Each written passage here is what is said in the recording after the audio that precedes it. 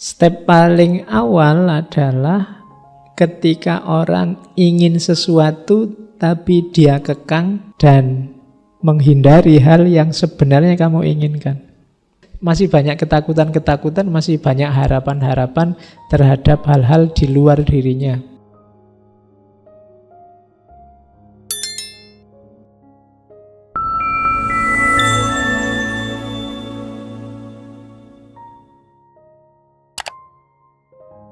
Assalamualaikum warahmatullahi wabarakatuh. Bismillahirrahmanirrahim. Malam hari ini kita bertemu beliau Imam Junaid Al-Baghdadi. Beliau ini satu di antara dua sufi yang dijadikan rujukan dalam tradisi Ahlus Sunnah wal Jamaah, termasuk teman-teman dari NU. Jadi yang diakui kan dua. Yang pertama Imam Ghazali dan yang kedua Imam Junaid Al-Baghdadi. Kalau Imam Ghazali sudah sangat terkenal, banyak dikaji di mana-mana. Cuma untuk beliau ini kelihatannya agak jarang. Kita mungkin ngerti namanya saja. Kitab-kitabnya mungkin juga kita masih belum pernah mengakses. Ya ada satu dua di antara teman-teman yang sudah pernah baca, tapi kemungkinan juga belum. Oke, malam ini kita lihat sebentar ya. Yo yang tertarik silahkan nanti digali beberapa karya atau karya orang tentang beliau juga bisa diakses dengan mudah. Hari ini kan ada Google. Kalian bisa cari, bisa download kitab-kitabnya, bisa mendalami. Yo, rata-rata memang masih dalam bahasa Arab. Tapi ya enggak apa-apa, belajar.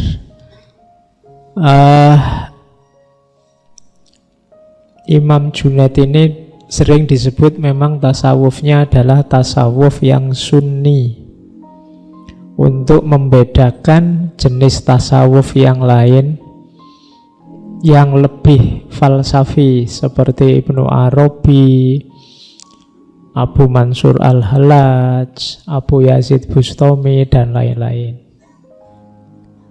Tasawuf yang dikategorikan sunni ini biasanya punya ciri tertentu yang jelas tidak serumit kalau belajar tasawuf yang falsafi. Lebih ke orientasi praktis, pembentukan akhlak. Makanya bulan ini kita ambil jenis tasawuf itu untuk bermuhasabah di akhir tahun. Kita sudah ketemu 3 orang tokoh, Imam Hasan Al-Basri, kemudian Syekh Abu Haris Al-Muhasibi, dan malam hari ini Imam Junaid Al-Baghdadi. Nama Al-Baghdadi itu sebenarnya menunjukkan tempat. Biasanya sebelum Al-Baghdadi ada julukan lain Al-Qawariri. Al-Qawariri itu menunjukkan bahwa beliau ini mata pencahariannya jualan kaca, jualan barang pecah belah, melanjutkan bisnisnya ayahnya. Kalau nama lengkapnya ya Abul Qasim Junaid bin Muhammad Al-Qawariri Al-Baghdadi. Oke, malam ini kita ajak beliau untuk membantu kita bermuhasabah akhir tahun, biar kita tidak ribut terus bahas boleh selamat Natal apa enggak. Yo, tema tahunan itu kan, kok yo enggak capek. Oke, kamu simpen chattinganmu itu tahun depan keluar lagi. Oke, kita ambil dimensi yang berbeda akhir tahun. Kita mari sibuk dengan diri kita sendiri, kita bermuhasabah. Bismillah. Yang pertama tentang tasawuf. Seperti apa sih tasawuf, seperti apa sih sufi, dan bagaimana sih jiwa seorang sufi itu. Ini teori-teori yang saya ambil malam hari ini banyak dari kumpulan risalah beliau, Risalah Al-Junaidiyah. Jadi ada satu torekot Junaidiyah yang salah satu torekot Mu'tabaroh. Di Indonesia juga berkembang di beberapa daerah. Kalau itu sudah torekot, biasanya sudah institusi, ada mode-mode asketiknya sendiri. Cuma malam hari ini kita tidak masuk ke torikotnya, kita ambil petuah-petuah ajaran-ajaran beliau. Yang pertama, tasawuf. Tasawuf adalah itu kalimatnya Imam Junaid, Allah menjauhkanmu atau mematikanmu dari dirimu sendiri dan menghidupkanmu di dalamnya besar. Jadi kita hidup, seorang sufi itu berarti hidupnya adalah menepikan dirinya dan menghidupkan Allahnya.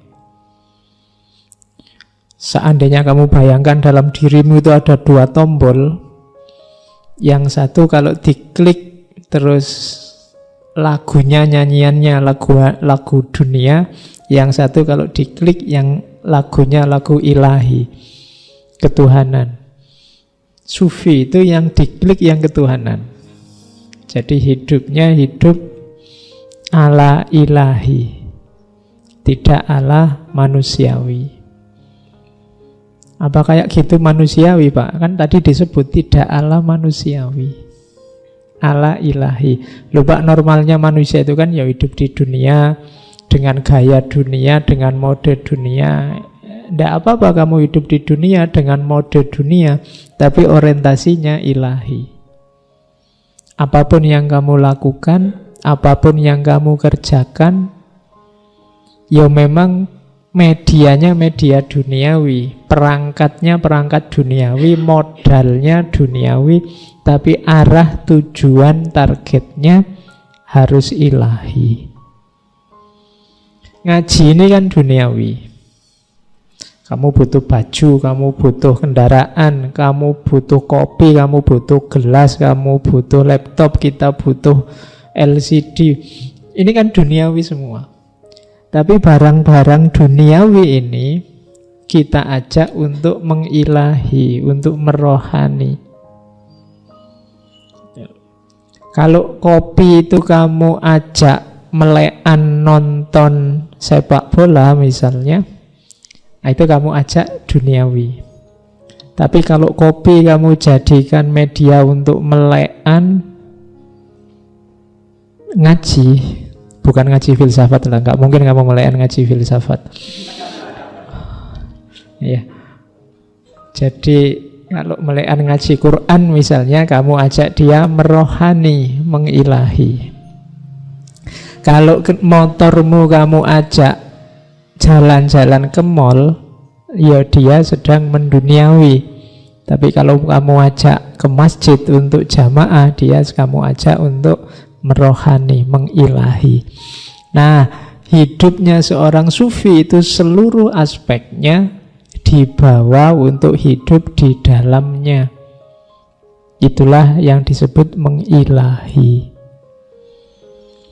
Kalau kalian nanti belajar mengolah rohanimu, mengilahi, jiwamu akan tertempa. Diilustrasikan di kalimat yang kedua itu. Jadi tasawuf itu menempa jiwa. Katanya Imam Junaid, kita tidak menjalankan tasawuf dengan banyak bicara saja. Qila wa qala, al-qil wal qol. Kita kan seneng belajar tasawuf. Kadang-kadang kita mimpi pengen jadi sufi, terus punya karomah apa, terus bisa menaklukkan orang, bisa menyembuhkan orang, macam-macam cita-citamu. Tapi kebanyakan hanya qila wa qala. Kita hanya wacana. Kalau pas ngaji kayak gini bayanganmu sufi aku ini. Pokoknya ya ngono. Cuma ya pas gini aja wacana, begitu nanti pulang ya balik kaya asale. Tadinya apa ya besok apa, kembali lagi begitu. Itu namanya kila wakola. Hanya ngomong saja. Sudah bolak-balik ngaji tema sufi ya jiwamu ndak nyufi-nyufi. Keseharianmu juga ndak berubah. Maka katanya Imam Junaid, kita tidak menjalankan tasawuf dengan banyak bicara saja. Makanya beliau agak tidak cocok dengan sufi yang agak bulat, agak rumit, agak dengan teori macam-macam, filosofi macam-macam. Tidak. Praktek saja sudah. Tapi kita melakukannya dengan lapar, maksudnya puasa. Meninggalkan senang-senang di dunia, kelezatan dunia. Dan melepaskan segala hal yang menyenangkan dan indah. Karena tasawuf adalah kemurnian hubungan dengan Allah yang dasarnya menghindari kesenangan dunia. Jadi sufi itu hidup di dalam Allah dan praktekkanlah, jangan cuma diteorikan. Itu tuntunan dari Imam Junaid. Kalau sukses, di situ nanti lahir Islam yang rahmatan lil alamin. Kaum sufi adalah seperti bumi. Semua kotoran dicampakkan kepadanya, namun tidak menumbuhkan kecuali segala tumbuhan yang baik. Bumi itu kan tempat sampah yang sejati. Kamu buang sampah ya ke bumi, melakukan yang jelek-jelek juga di bumi. Tapi bumi selalu memberikan yang baik-baik. Dia memberi tumbuhan yang baik-baik. Makanan kita sumbernya sebagian besar dari bumi. Jadi karakternya sufi yang pertama, meskipun banyak kotoran diberikan padanya, selalu yang baik-baik diberikan. Kalau ada orang mencaci maki kamu dan kamu balasnya juga caci maki, ya berarti kamu normal, bukan sufi. Kalau sufi diberi yang jelek, yang dikembalikan yang baik. Simbolnya bumi. Simbol bumi yang lain berarti apa? Diinjak orang soleh maupun orang munafik, dia tetap stabil. Sebagaimana mendung, dia juga memayungi segala yang ada. Seperti air hujan, dia mengairi segala sesuatu. Jadi jiwanya sufi itu stabil. Diinjek orang soleh ya biasa, diinjek orang munafik juga ya biasa. Bumi itu kan tidak pilih-pilih. Kan tidak mungkin orang munafik menginjak terus buminya tidak mau diinjak, kan tidak. Ya tetap silahkan siapa yang butuh menginjak. Kayak mendung juga begitu. Mendung itu kan dia menaungi siapapun, kan dia tidak pilih-pilih. Air juga begitu, hujan kan juga begitu. Hujan itu ya semua dikasih air, dikasih hujan. Tidak kok, wah orang kafir itu tidak usah lah, terus pas orangnya ini tidak kena hujan, kan tidak. Semuanya juga kena. Jadi itu yang disebut rahmatan lil alamin. Jadi dia jadi rahmat bagi siapapun, tidak pilih-pilih. Nah, kalau kalian nyampe level ini, jiwamu jiwa sufi sudah. Jadi analoginya, simbolnya bumi. Diberi kotoran bermacam-macam, balasannya yang baik-baik. Diinjak siapapun diperlakukan sama. Siapapun dinaungi. Kalau mau memberi tidak pilih-pilih, semua diberi yang baik-baik. Itu simbolnya bumi. Yang ketiga, jika engkau melihat seorang sufi menaruh kepedulian kepada penampilan lahiriahnya, maka ketahuilah wujud batinnya rusak. Kalau dua yang atas paragraf itu menunjukkan jiwa sufi, hati-hati yang ketiga ini jiwa bukan sufi. Orang yang sibuk dengan penampilan lahiriah. Jadi orang yang sibuk dengan hal-hal yang duniawi, yang kelihatan.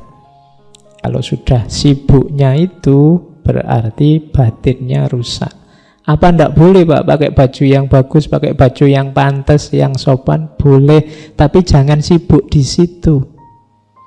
Kalau yang kamu pedulikan, kamu sibukkan hanya itu, itu ciri-ciri batinnya sudah rusak. Jadi jiwa sufi itu berarti apa? Selalu menaungi, membantu siapapun, memberi yang baik pada siapapun, dan tidak sibuk dengan hal-hal lahiriah, atribut-atribut duniawi.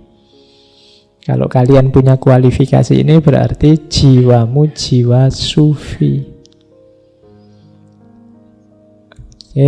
Terus kenapa banyak orang suka pada Imam Junaid dan tidak terlalu kontroversial sebagaimana sufi-sufi yang lain? Karena dalam Imam Junaid ada mempertemukan syariat dan hakikat. Jadi batin ya, tapi tidak batin saja, karena batin itu punya jembatan lahir. Katanya Imam Junaid, ilmu kami diukur dengan Al-Quran dan Sunnah. Siapa yang tidak hafal Al-Quran, tidak menulis hadis, dan tidak belajar fikih, tidak boleh ikut. Ini syaratnya kalau ada orang ingin melamar jadi muridnya Imam Junaid. Jadi selalu katanya Imam Junaid, ilmu kita ini ukurannya Quran dan Sunnah. Maka yang mau jadi muridku harus hafal Al-Quran, pernah nulis hadis, berarti dia belajar hadisnya dalam, kemudian ngerti fikih, baru tasawuf.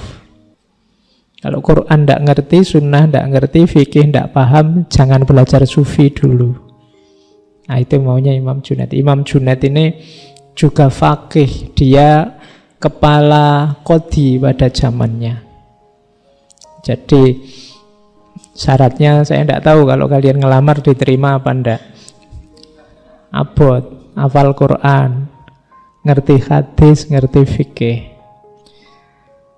baru boleh ikut jadi muridnya. Dan muridnya banyak. Imam Junaid itu muridnya banyak. Meskipun beliau ini tidak terlalu suka ceramah, tidak terlalu suka khutbah.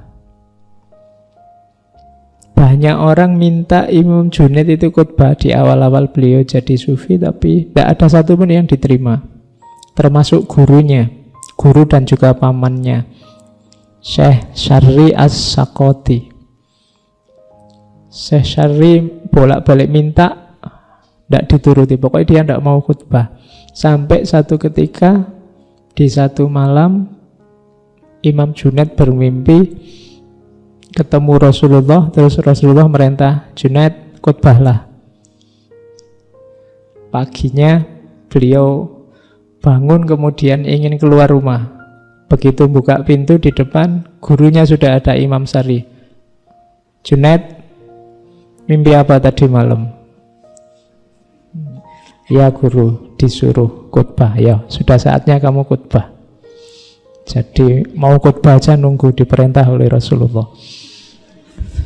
Ya, karena memang berat. Dan di antara alasannya kenapa beliau tidak mau khutbah, karena masih ada gurunya. Masih ada Imam Syarri As-Sakoti, masih ada banyak sufi besar yang lain yang terhitung masih gurunya. Dan selama gurunya masih ada, beliau merasa tidak pantas untuk khutbah.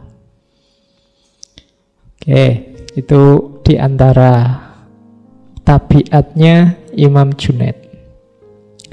Nah, dalam tradisi tasawuf beliau dikenal ya syariat, ya hakikat. Tidak boleh syariat saja. Jadi beliau kadang-kadang mengkritik sejumlah sufi yang sering membuat kontroversi, termasuk muridnya Abu Mansur Al-Hallaj. Al-Hallaj itu muridnya Junaid. Kenapa beliau mengkritik para sufi yang kontroversi itu? Bukan karena anti sama ajarannya, tapi menurut Imam Junaid kontroversi-kontroversi, satohat-satohat yang kontroversial itu hanya bikin rumit, hanya melahirkan polemik, kadang-kadang terus ditunggangi penguasa. Orang awam itu levelnya tidak sama dengan para sufi, katanya Imam Junaid. Kalau diberi hal-hal yang kontroversi mesti rame terus gegeran. Nah, kalau sudah penguasa masuk, ini bisa dipolitisir, entah yang pro, entah yang kontra. Maka katanya Imam Junaid, sebaiknya para sufi tidak memproduksi gagasan-gagasan yang kontroversial, yang hanya nambah masalah saja. Oke, ini yang membuat nanti tasawufnya Imam Junaid banyak disukai, karena beliau tidak meninggalkan syariat. Ada cerita, jadi ada seorang muridnya yang menyatakan, ngutip dari sufi yang lain, bahwa orang itu kalau sudah sampai level makrifat bisa melakukan apapun termasuk meninggalkan kewajiban. Mungkin kalian pernah dengar ya, ada kalau sufi itu wis tidak wajib sholat. Kalau levelnya sudah, makomnya sudah makrifat, itu yang kewajiban-kewajiban itu sudah saatnya ditinggalkan, sudah tidak level. Jadi kalau ada temennya, kamu sholat, oh kok kamu tidak sholat, tidak level, levelku sudah. Ya, kan kita sering gitu, mengkritik orang, merendahkan orang dengan kalimat tidak level. Saya kemarin ada yang bilang, kok masih cari kebenaran Pak? Lu kenapa? Kalau saya sudah tidak level. Kayaknya kan apa-apa dianggap tidak level. Oke, kamu kok puasa Ramadan? Kalau aku tidak level. Kan ada memang sufi yang punya pandangan semacam ini. Nah, Imam Junaid terus bilangnya apa? Jawab muridnya tadi, ini bagiku adalah satu pendapat yang berbahaya. Kamu jangan ikut pendapat itu. Sesungguhnya seorang arif billah, Imam Junaid juga menyebut kata arif daripada sufi, adalah mereka yang mengerjakan seluruh amal perbuatan sesuai perintah Allah. Logikanya sebenarnya kalau engkau menyatakan dirimu dekat sama Allah dan cinta sama Allah, jangankan diperintah, tidak diperintah pun kamu akan melakukan segala yang baik-baik, segala yang terpuji. Jangankan yang wajib, yang sunnah pun mungkin akan kamu penuhi, bahkan kamu nambah sebanyak mungkin. Jadi kalau ada orang bilang, saya sudah tidak wajib lagi sholat, tidak wajib lagi puasa karena sudah jadi sufi, makomku sudah tinggi, itu sebenarnya secara logika kontradiksi. Karena kalau kamu menyatakan sangat dekat sama Allah, cinta sama Allah, ya harusnya justru kamu nambah sholat semakin banyak, nambah puasa semakin banyak, tidak hanya yang wajib-wajib. Karena hanya kepadanya amal itu kembali. Katanya Imam Junaid, justru yang menjalankan kewajiban syariat tadi, inilah keyakinan yang terus memperkuat ma'rifatku dan memperkokoh keadaanku. Aku itu ma'rifatku tambah kuat, tambah kokoh, karena apa? Menjalankan kewajiban-kewajiban tadi. Jadi tidak ada ceritanya orang gugur kewajiban atau bebas kewajiban. Oke, itu tuntunannya Imam Junaid. Hubungan antara syariat dan hakikat. Nah, nanti di dalam Rosail ada 8 karakter sufi yang ini meneladani para nabi. Kalian yang belajar tasawuf, wujudkan ini. Ini termasuk rangkaian dari husnul khuluq, akhlak yang baik. Sufi itu punya 8 ciri. Yang pertama, cirinya Nabi Ibrahim, yaitu murah hati. Nabi Ibrahim itu kan dikenal pemurah. Orang minta apapun akan dikasih. Bahkan ada cerita Nabi Ibrahim itu tidak pernah makan malam sendirian. Begitu dia mau makan malam, kok tidak ada temannya, dia akan keluar rumah nyari teman. Mungkin minta tetangganya untuk menemani. Jadi beliau ini sangat pemurah.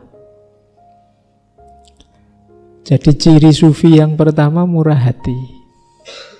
Sufi kok pelit? Yo wis ndak usah dicari lagi teorinya, yo mesti bukan sufi. Jadi sufi itu murah hati. Kenapa sih sufi itu bisa murah hati? Karena dia sudah ndak terikat lagi dengan dunia. Jangankan ada orang minta, orang ndak minta pun kadang-kadang kalau beliau mau, ya hartanya dibagi-bagi, dikasihkan siapa yang ingin. Jadi ciri pertama itu. Ciri kedua, cirinya Nabi Ismail, ridho. Sufi itu selalu ridho, selalu menerima, selalu rela apapun ketetapan Allah atas dirinya. Tidak ada sufi kok mengeluh, sambat. Kalau kita kan terbiasa mengeluh, jangankan dapat musibah, hujan aja kan kita mengeluh. Panas juga mengeluh. Itu malaikat yang ngurusi cuaca mesti bingung. Ini menungso, ini dikasih hujan sambat, dikasih panas sambat, musim kemarau sambat, musim penghujan sambat. Kalau Nabi Ismail ridho, jangankan apa yang dimiliki, bahkan nyawanya sekalipun kalau oleh Allah diminta, diberikan ikhlas. Kan kisahnya Nabi Ibrahim dapat wahyu untuk menyembelih. Dan Nabi Ismail tidak pakai mendebat bapaknya. Kalau kamu mungkin kamu ajak debat, itu Allah beneran apa? Apa buktinya? Itu mesti gitu. Kalau tidak bisa ditak, kamu mesti nawar. Tapi kalau Nabi Ismail tidak. Nabi Ismail ngerti bapaknya Nabi, ya, terus kalau memang itu perintahnya Allah, ya silahkan. Ya meskipun tidak bisa ditiru, besok bapakmu tiba-tiba, aku tadi malam mimpi, bapakmu bukan Nabi. Ya. Tapi ini pelajaran untuk ridho sebenarnya. Apa yang menimpamu, terimalah. Ikhlaslah. Jangan banyak mengeluh. Jadi sufi berarti ridho. Tidak ada sufi kok protes, komplain. Ya Allah, aku sudah capek-capek berdoa, kok tidak dikabul-kabulkan. Tidak ada begitu sufi. Sufi selalu ridho. Yang ketiga, cirinya Nabi Yakub, sabar. Nah, ini kalian semua sudah tahu cerita kesabaran seorang Nabi Yakub. Dari orang konglomerat kaya raya, akhirnya jatuh miskin. Anak-anaknya meninggal semua, istrinya meninggalkan dirinya semua, tinggal satu. Terus beliau kena penyakit parah yang baunya luar biasa sehingga harus diasingkan dari masyarakatnya. Tapi beliau sabar. Jadi sabar berarti kayak ridho tadi, tidak mengeluh, menerima semua yang ditimpakan Allah pada dirinya. Itu Nabi Yakub. Oke, yang keempat, cirinya sufi. Ini penting, yang keempat ini katanya Imam Junaid apa? Mampu berkomunikasi dengan bahasa isyarat. Sufi itu punya banyak rahasia karena mereka ma'rifat, ngerti macam-macam. Ada banyak hal yang tidak harus disampaikan begitu saja pada masyarakat, nanti banyak mafsadatnya, seperti ceritanya Al-Hallaj. Maka sufi harus pinter-pinter berkomunikasi dengan bahasa simbol-simbol. Yang semacam ini pelajaran dari Nabi Zakaria. Jadi Nabi Zakaria itu tidak punya anak sampai usia 90-an. Kemudian berdoa, saking sabarnya berdoa, akhirnya dikabulkan oleh Allah ya di usia 90-an itu. Sudah sama-sama tua. Istrinya juga sudah sangat tua. Begitu oleh Allah dibilang, kamu akan aku beri anak. Kan Nabi Zakaria terus tanya, buktinya apa? Buktinya adalah engkau ketika nanti berkomunikasi dengan masyarakatmu, kamu tidak bisa ngomong biasa semacam ini, tapi dengan kode-kode, dengan rumus-rumus. Illa romza. Nah, itu pelajaran dari sini menurut Junaid, rahasia-rahasia Allah yang dalam itu kadang-kadang butuh komunikasi yang simbolik. Makanya kalau istilahnya Ibnu Arabi kan ada creative imagination, imajinasi kreatif, simbol-simbol yang mudah dipahami. Makanya Suhrawardi pakai simbol cahaya, nanti mungkin sufi yang lain pakai simbol yang lain. Karena kalau diomongkan apa adanya, orang bisa salah paham. Nah, pelajaran dari Nabi Zakaria. Kemudian yang kelima, sufi itu harus tidak terlalu terlibat dengan masyarakatnya. Kalau dalam ajaran sufi ada istilah uzlah.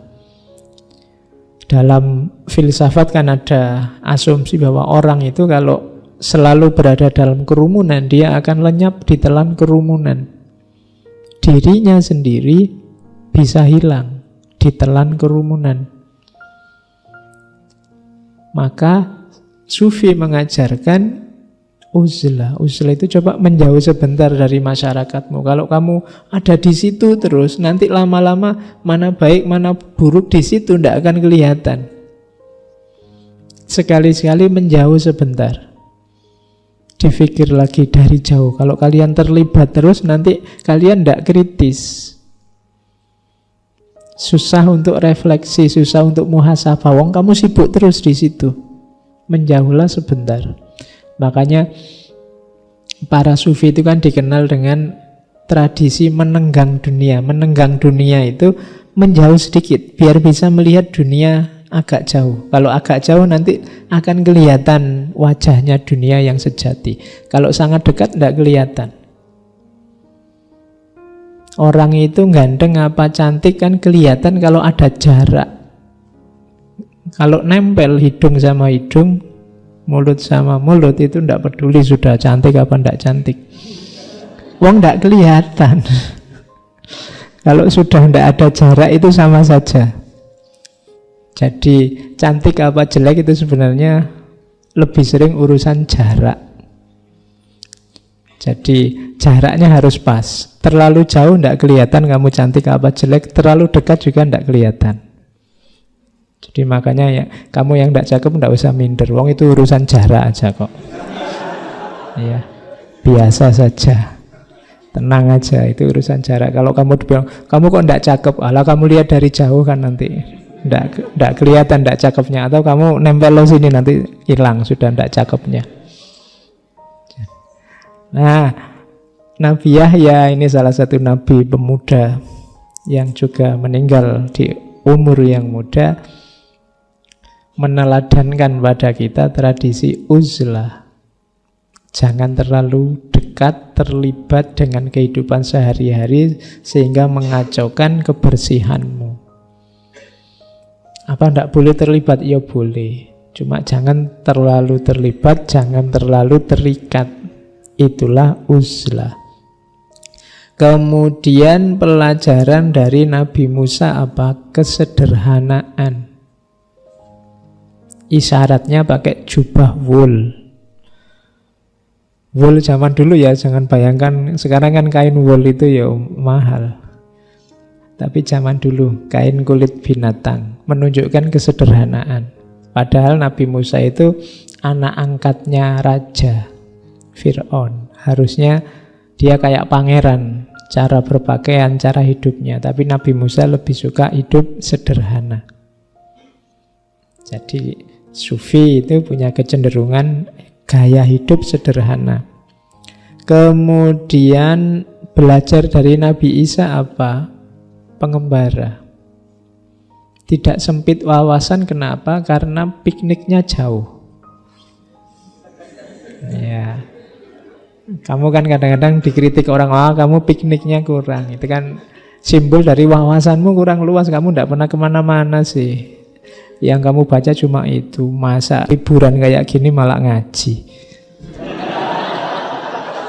Iya. Mbok yo kalian itu rekreasi kemana biar ngerti macam-macam. Nabi Isa itu kan kalau dibaca sejarahnya kan beliau kemana-mana sama muridnya, jalan kemana, menuju kemana. Itu kalian tiru biar wawasannya luas, biar ngerti macam-macam. Kalau modalnya besar ya sana keluar luar negeri, sana ngerti orang-orang di sana ngapain, orang dari luar pulau ngapain, dari luar kotamu ngapain, kan itu. Biar wawasanmu luas, biar tidak sempit. Oke, kalau kamu bisa memberi manfaat dan kamu pengembara, kemanfaatanmu kan bisa dirasakan lebih luas. Kalau kamu hanya sempit saja, ya kemanfaatanmu tidak bisa luas. Jadi, jadilah pengembara. Para ulama zaman dulu kan gitu, hobinya kemana-mana. Kadang-kadang mencari satu hadis saja itu bisa jalan kaki sebulan. Ketemu ulama siapa, ketemu ulama siapa. Para ilmuwan zaman dulu ada tradisi namanya rihlah ilmiah. Rihlah ilmiah itu ya perjalanan untuk mencari ilmu. Tapi ini perjalanan untuk belajar ya. Kalau sekarang kan ada studi banding. Harusnya studi, tapi kan lebih banyak jalan-jalannya. Ya. Nah, pengembara. Dan yang terakhir apa yang katanya Imam Junaid jadi cirinya sufi, ini kita pelajari dari Rasulullah, Nabi kita. Apa? Rendah hati. Jadi Rasulullah itu dikenal Nabi yang rendah hati, tidak sombong, tidak meninggi-ninggikan dirinya.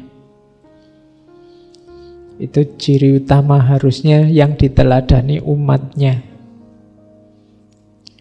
Padahal penyakit besar kita hari ini kan banyak di antara kita yang kebalikannya rendah hati, apa? Tinggi hati. Merasa diri paling benar, merasa diri paling cocok, paling lurus, paling manfaat. Nah, itu berarti kita tidak meneladani Rasulullah. Bahkan Rasulullah itu karena tawaduknya pernah bilang sampai la tusayyiduni, jangan kamu sayyidkan aku. Itu sebenarnya ekspresi tawaduk ya, meskipun kita sebagai umatnya ya tetap menghargai beliau. Jadi ekspresi ketawaduan. Ajaran Islam itu kan banyak mengajarkan tawaduk. Sebagai tamu kita disuruh ad-dhaif kal mayyit. Nah, kita posisinya kayak mayit, itu tawaduk. Tapi sebagai tuan rumah kita disuruh tamu itu perlakukan kayak raja. Kamu ndak usah tanya, lu tamu itu harusnya kayak raja apa kayak mayit, Pak? Kalau kamu sedang bertamu, posisikan dirimu kayak mayit. Diapakan saja sama tuan rumah, dikasih apa saja, disuruh apa saja, manut. Tapi kalau pas kamu sebagai tuan rumah, jangan merasa bahwa kamu tamu berarti harus kayak mayit ini. Enggak. Kalau kamu tuan rumah, ilmunya tamu itu perlakukan kayak raja. Ini sebenarnya contoh sering saya bilang ya, nasihat itu, pepatah kebaikan itu dilihat konteksnya. Ini untuk siapa, kapan. Oke, jadi itu sifatnya sufi. Saatnya kita muhasabah, kita punya enggak kualitas-kualitas ini dalam diri kita. Terus ada beberapa ajaran tasawuf yang terkenal dari Imam Junaid. Yang pertama tauhid, yang kedua fana. Tauhid ini kita sudah ngerti ya. Tauhid itu apa? Yang jelas kuncinya tauhid memisahkan yang bakok dan yang fana. Itu tauhid, menegaskan bahwa kita ini makhluk yang fana, yang segalanya ditentukan oleh Allah yang esa, yang bakok. Nah, Imam Junaid kalau dalam tauhid lebih suka mengambil definisi negatif. Laisa kamislihi syai'un. Allah itu apa? Beliau mengutip kalimatnya Abu Bakar, Maha Suci Allah, zat yang tidak menjadikan jalan untuk mengenalnya, melainkan ketidakmampuan mengenalnya. Maksudnya apa? Cara kita untuk mengenal Allah adalah dengan cara mengakui bahwa kita tidak akan mampu mengenalnya. Itu kalimat filosofis ini. Jadi caramu untuk kenal Allah adalah dengan cara akuilah bahwa kamu sendiri tidak akan mampu dengan kemampuanmu untuk mengenal Allah. Kenapa? Karena Allah itu laisa kamislihi syai'un. Tidak bisa ada imbangannya apapun, termasuk konsepmu, termasuk gambaranmu, termasuk imajinasimu. Jadi makanya kalimat tauhid itu diawali la ilaha. Semuanya harus dinafikan kecuali Dia. Berarti termasuk pikiranmu, gagasanmu, bayanganmu tentang Allah, nafikan semua. Pokoknya hanya Allah yang ada, yang itu tidak terjangkau olehmu. Kayak semacam ini kalau dalam studi agama disebut teologi negatif. Jadi menegaskan sesuatu justru dengan cara menegasikan. Oke. Itu kayak kamu ditanya, cirinya temanku itu yang kayak gimana sih? Oh, kalau teman yang itu, pokoknya bayangkan yang tidak ganteng berarti dia. Itu kan dari mendefinisikan sesuatu dari negasinya. Pokoknya orang yang tidak ramah, bayangannya semacam itulah. Jadi memahami sesuatu dari negasinya. Nah, memahami Allah justru dari negasi total apapun. Semuanya ditidakkan. Nah, itulah baru kita kenal Allah. Jadi Maha Suci zat yang menjadikan jalan bagi makhluknya untuk mengenalnya melalui ketidakmampuan mengenalnya. Oke. Jadi mudahnya itu. Kenapa sih dasarnya harus tauhid? Karena kita sendiri yang berjanji dulu. Itu di surat Al-A'raf itu kan, wa idz akhadha rabbuka mim bani adama min zuhurihim dzurriyyatuhum wa ashhaduhum dan seterusnya. Jadi ini kan dulu sebelum kita lahir, ini bagi yang belajar neoplatonisme ada yang menafsirkan risalahnya Junaid ini ketika menggambarkan misak, namanya misak itu perjanjian.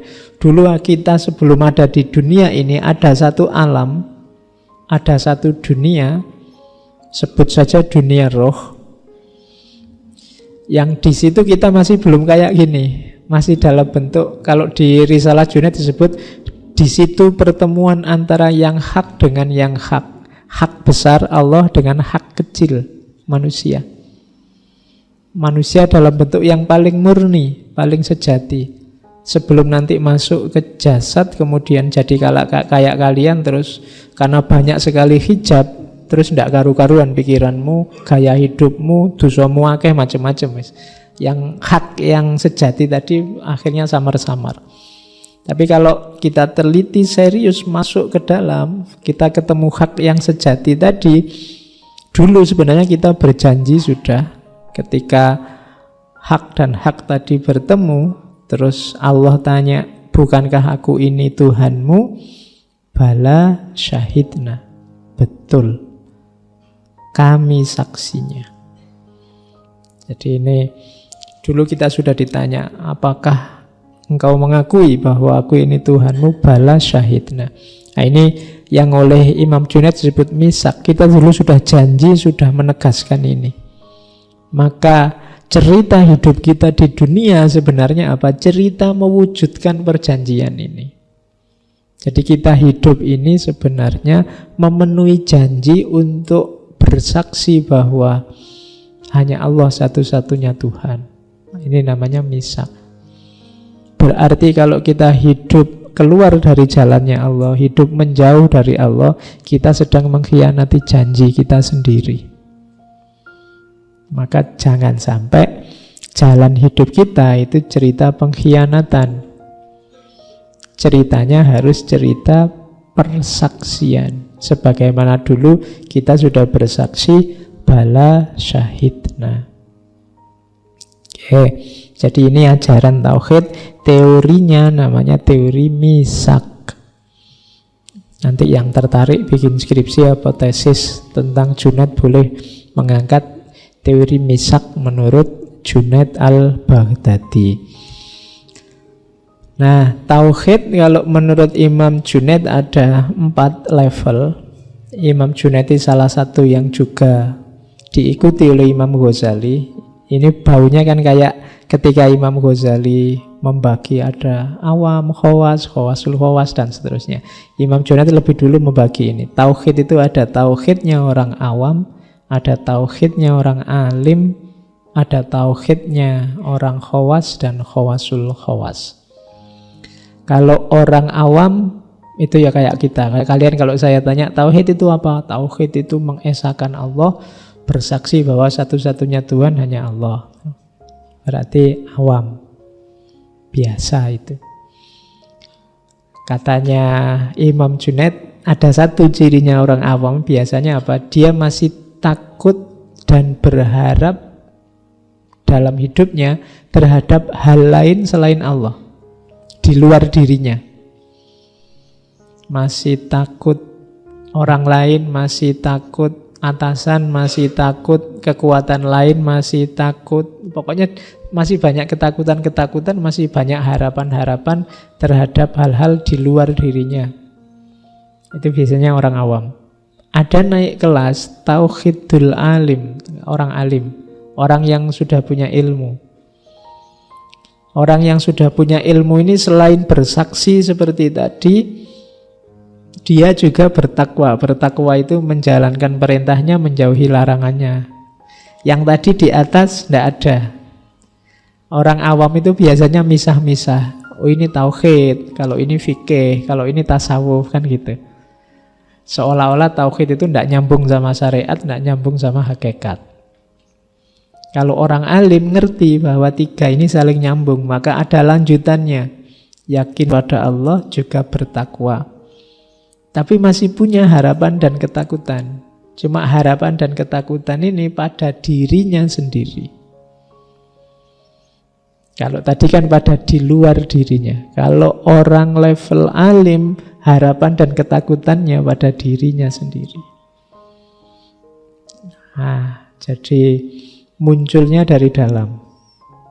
Kuatir ini, kuatir itu, kuatir keliru, kuatir salah, pingin aku jadi ini, pingin aku jadi itu kan ada di dalam semua. Kalau tadi harapan dan ketakutannya di luar. Kalau orang awam pingin dibantu orang lain, pingin dekat sama orang itu biar dapat bantuan, pingin takut sama atasan karena dia yang gaji kita, terus ketakutannya di luar. Tapi kalau orang alim biasanya ketakutannya dari dalam. Orang pinter itu kan biasanya sibuk skarpe dewe, sumpek karena pikirannya sendiri. Itu alim. Mau apa saja mikir.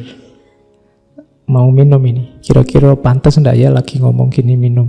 Pikirannya macam-macam. Nah, itu alim. Kalau orang awam pengen minum ya minum aja, pengen ke belakang ya ke belakang aja. Tidak pakai macam-macam, tapi pertimbangannya banyak kalau alim itu. Nah, sekarang jadi awam aja.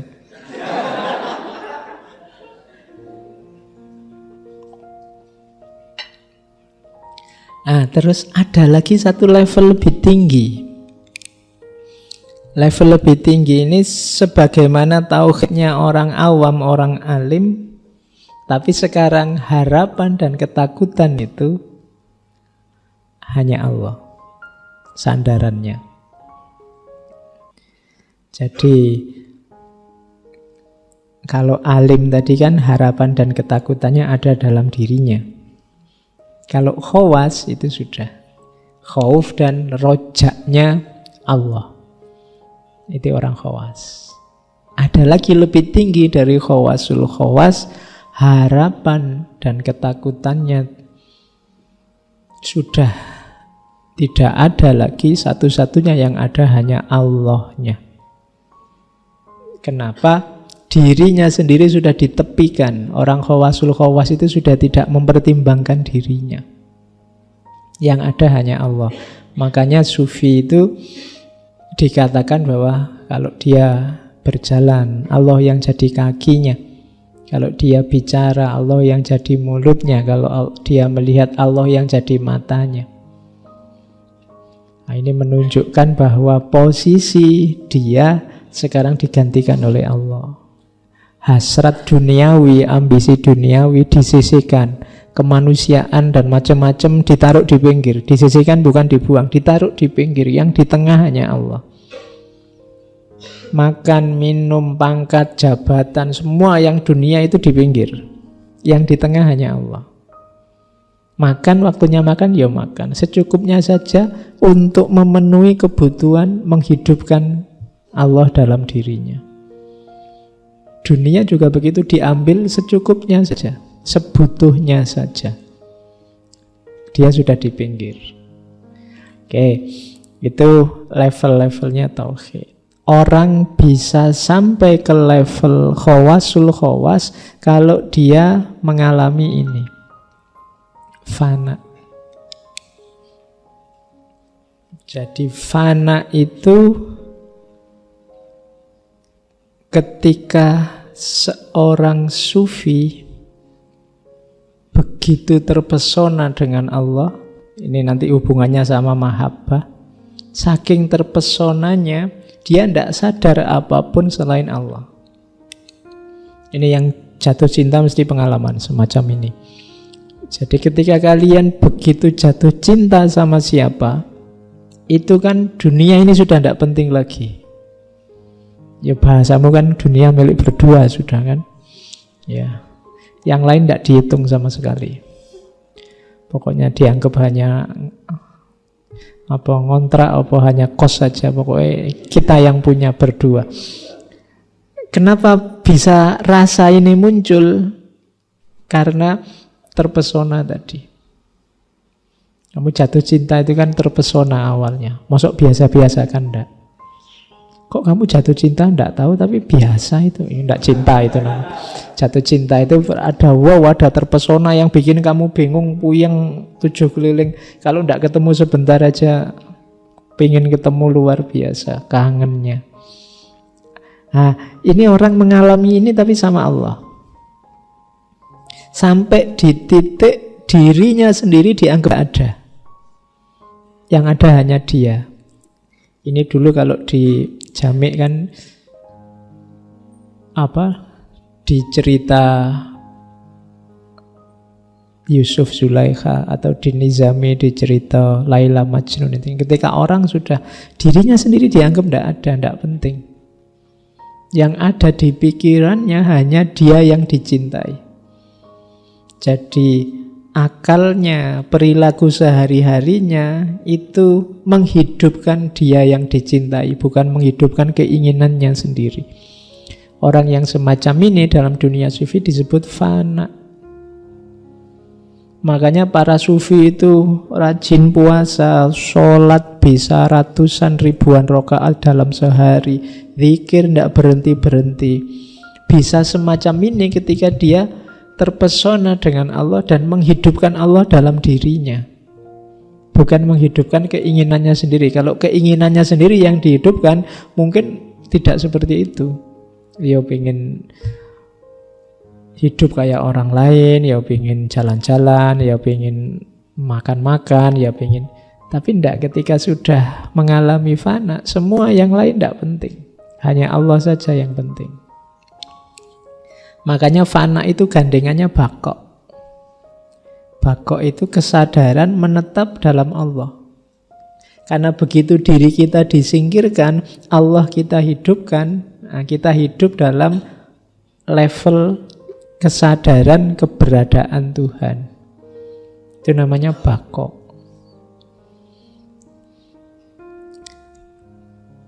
Nah, fana itu kalau menurut Imam Junaid ada step-stepnya.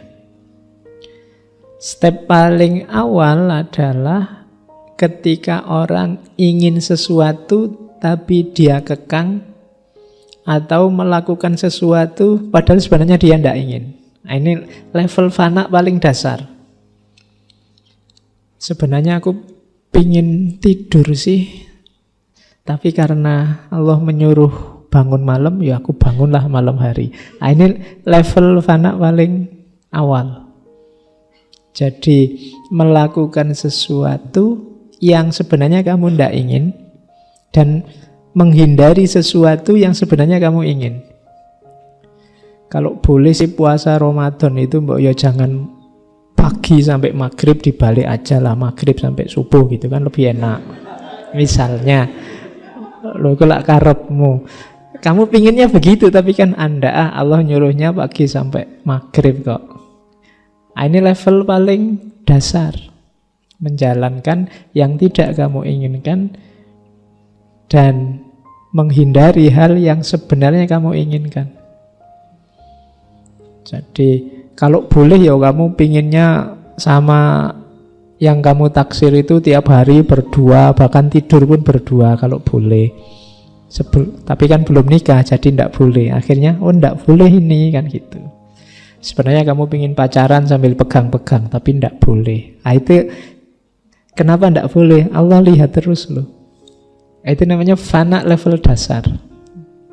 Jadi kalian yang punya pacar kok mengalami hal itu, misalnya mau pegang tangannya pacarmu ndak mau, nanti dilihat Allah loh, pacarnya sedang fana. Ya, bukan berarti dia ndak mau, tapi harus punya daya untuk mencegah tidak melakukan hal yang tidak diinginkan oleh Allah. Ayo kamu dukung lah, pacarmu sedang fana. Oke, nah itu level dasar.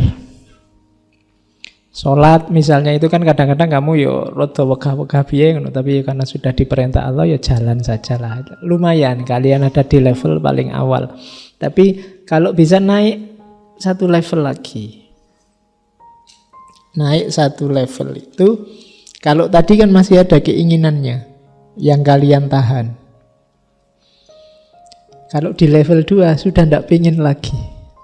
Kalau tadi masih ada pengen pegang tangannya, kalau di level 2 sudah tidak pengen lagi. Jadi ini berarti sudah lebih mantap. Saking terpesonanya oleh Allah, sampai yang semacam itu sudah tidak pengen lagi. Keinginannya tidak ada untuk yang jelek-jelek.